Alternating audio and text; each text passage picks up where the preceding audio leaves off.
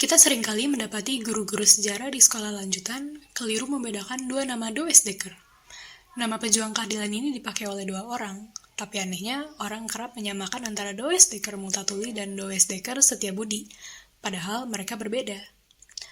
Perlu kita ketahui, dalam sejarah perjuangan bangsa Indonesia ada dua nama Doesdeker. Pertama adalah Edward Doesdeker, penulis Max Havelaar. Doesdeker yang satu ini dikenal sebagai Multatuli. Nama samarannya adalah Max Havelaar. Multatuli lahir pada tanggal 2 Maret 1820 di Koningspoortstad, Amsterdam.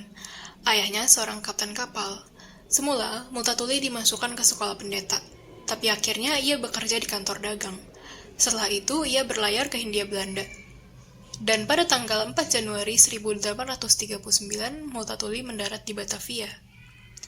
Selama tinggal di Hindia Belanda, Multatuli beberapa kali pindah pekerjaan. Pertama, ia bekerja sebagai kaptenar di Dewan Pengawas Keuangan di Batavia. Karena kurang cocok, ia pindah ke Natal, Sumatera Barat. Di Padang Hulu, Multatuli menjadi kontrolir. Setelah itu, ia terus pindah dari satu tempat ke tempat yang lain. Di antaranya seperti Kerawang, Bagelan, Manado, Ambon, hingga akhirnya menjadi asisten residen di Lebak. Ketika bertugas di Lebak, Multatuli melihat beberapa penyimpangan dan penderitaan rakyat. Rupanya, penindasan tidak hanya dilakukan oleh kaum penjajah, tapi juga oleh para penguasa pribumi yang menjilat kepada kaum kolonialis. Multatuli tidak tahan melihat hal itu. Ia ingin meluruskan dengan mengirim surat protes kepada Gubernur Jenderal Hindia Belanda di Batavia. Tapi kenyataannya malah dia yang dibebas tugaskan, karena dianggap kurang memahami pemerintahan kolonial. Ia betul-betul kecewa.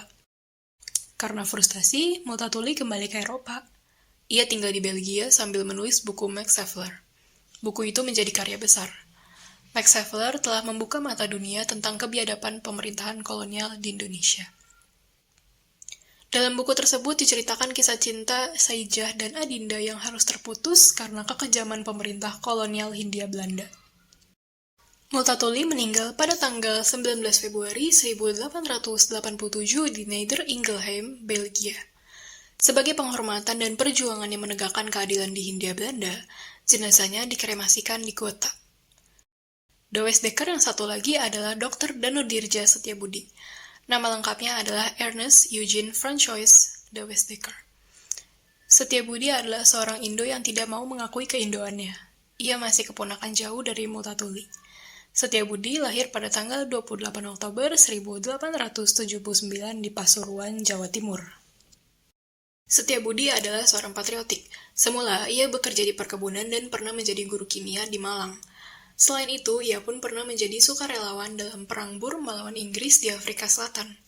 Dalam perang itu, ia ditawan pasukan Inggris dan dipenjarakan di Sri Lanka. Setelah bebas dan kembali ke Indonesia, Setiabudi bergerak dan berjuang sebagai wartawan dengan menerbitkan harian The Express. Dan pada tahun 1912 bersama Ki Hajar Dewantara, Dr. Cipto Mangunkusumo dan Dr. Setiabudi mendirikan partai politik Indis Partij. Ia merupakan partai politik pertama yang lahir di Indonesia. Dalam sejarah perjuangan, mereka bertiga disebut tiga serangkai. Keinginan untuk menyatukan golongan Indo dengan pribumi merupakan niat luhur dari Setiabudi. Sebab, baginya golongan Indo merupakan kelompok yang terlunta-lunta. Mereka tidak pernah menganggap Indonesia sebagai tumpah darah mereka, tapi di negara Belanda, mereka tersisih.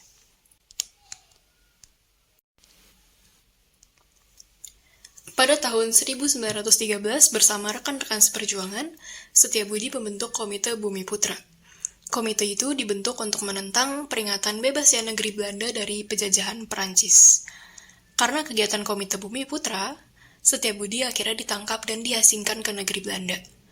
Pada masa kemerdekaan, Setiabudi pernah duduk sebagai Menteri dalam Kabinet Syahrir.